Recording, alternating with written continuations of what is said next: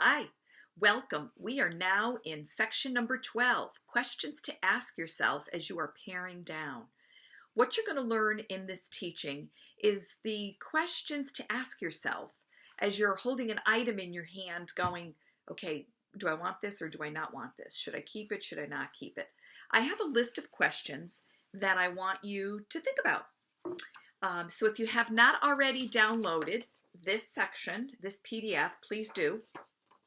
Questions to ask yourself as you're paring down. And let's go over what those questions are.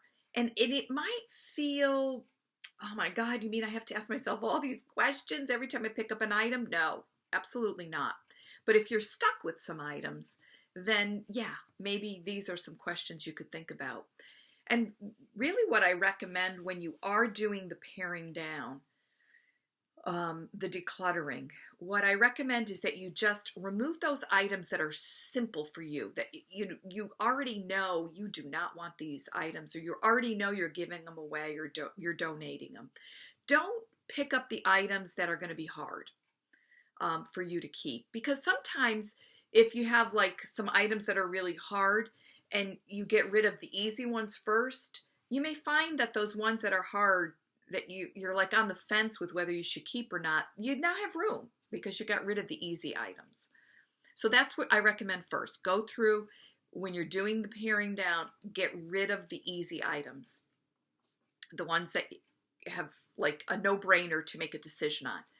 Then go back to those items that you're struggling with. Okay, and so some of those questions to ask yourself is, do I know what this item is for? You know, sometimes we hold on to items we have no idea what they're for. And I see this all the time.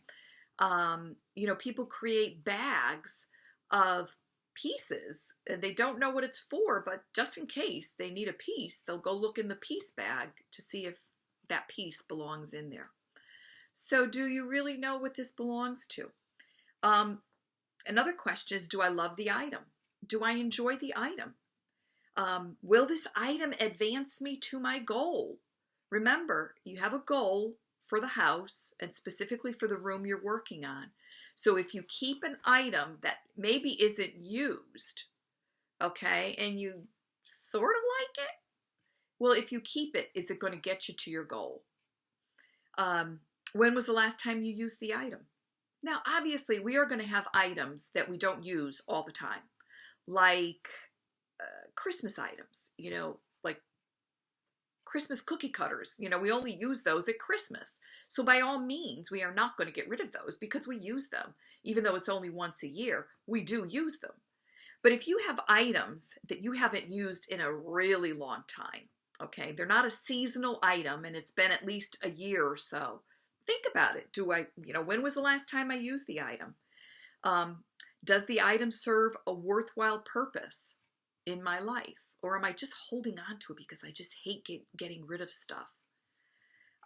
Will I ever use this item again? Or will a family member ever use the item again? If no, think about donating, giving it away, or throwing it away if it's really a piece of junk. Do you have duplicates of the item? And this happens a lot, especially with people that live in clutter. They can't find something, so they go out and buy it again. Well, now that you're starting to declutter, you may find that you have multiple copies or multiple pieces or multiple items of the same thing. So think about maybe getting rid of all but one. Do you have room for the item? Will you have a place to put this item that you want to keep?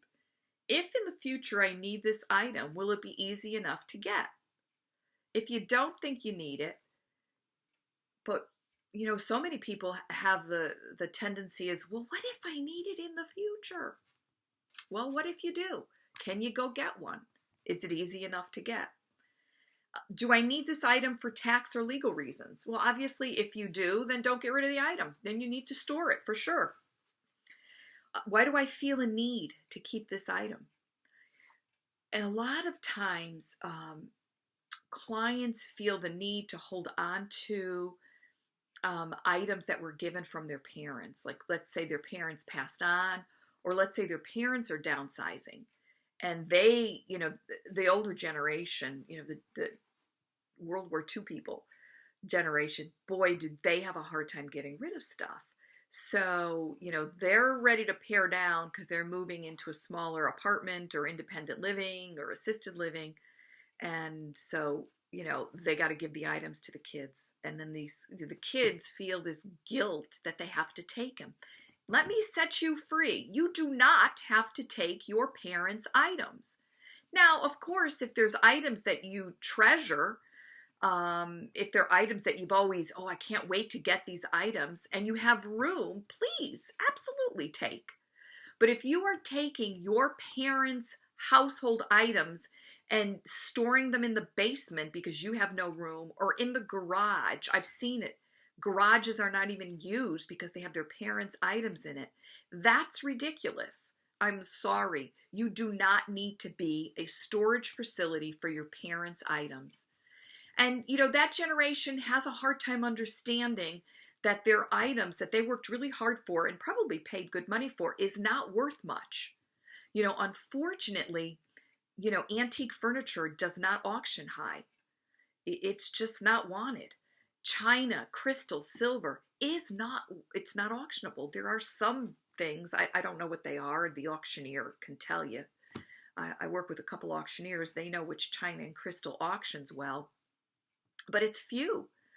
And so the younger generation, they don't want those items. They don't want items that they can't put in the dishwasher. They don't really even want good antique furniture, which is kind of sad. And they're saying the trend will change in about 10 to 15 years where antique furniture will become, something of a desire for people. But right now it's not. So don't feel that because your parents don't want it, that you have to take it. Like I said, unless you really want them, then take it. Does this item have control over me? Is it an item that you don't want anymore, but it's controlling you? It's making you feel guilty. Like, well, my mom gave me this. If I throw this away or if I donate it or give it away, she'll feel bad. Don't let items control you. That's ridiculous. Don't do it. Does someone else in your household love or use the item? If they do, then don't get rid of it. What's the worst thing that will happen if you get rid of an item? Think about that. So years ago, when I was married, we decided to buy another piece of furniture for our bedroom. We bought a man's armoire because my husband at the time was kind of like spreading his stuff in dressers that I really wanted. So we decided to buy a man's armoire, and the armoire gets delivered, and I decided I'm going to fill it. I was going to make it nice and neat and tidy for him. And in one of the drawers, in one of the dressers, he had socks, and I was going to move them into his new dresser. And he had this tendency to take socks and he tied them together. A pair of socks, he tied them into a knot and threw them in the drawer. So when he needed a pair of socks, he grabbed a knot and he had the socks. Well, there was a bunch of socks that were so worn, they had no more elastic. They would just fall down if you put them on. So I thought it would be nice and throw them away. And so I just kind of grabbed the knots and I just threw them in the garbage. Well, lo and behold, in some of those socks, he had 24 karat gold jewelry, a couple of pieces of jewelry, not much, but enough that he got rid of, or that I got rid of by mistake, that he didn't tell me they were there. I didn't know they were there. I didn't ask that, because I never thought somebody would store valuable stuff in socks. So I threw them away. Well, he was mad, and rightly so. I don't blame him. I felt really bad that I had done that. But what was the worst? He was mad for a little while. I felt bad for a little while, but we moved on. So really, what is the worst that can happen if you get rid of something? Are you going to finish a project or a craft? If you have a lot of that stuff that you're housing, but you're really not into knitting anymore, well, think about getting rid of the yarn. There's lots of places that would welcome, yarn or craft items. Is it more important for me to keep this item than to free up the space it occupies? Answer that question. Maybe the answer is yes, and okay, then find the space. That's okay. And if I decide to keep this item, where will I put it so I find it in the future? Well, that's where the item location form will come in handy. So if the item doesn't necessarily belong per se back in the hutch, if the hutch is what you're working on, then put the item in the room it belongs in, write it on the item location form so you'll know where it is. But those are some questions to ask yourself. Like I said, do you have to sit down with every item and go through the list? No. But it just will trigger some thoughts and trigger some questions to ask yourself about the item that you're struggling with. Items you love and want to keep, by all means, put them back where they belong. Items that you're struggling with, think about some of these questions. They might help you make that decision. All right? And I'll see you at the next step.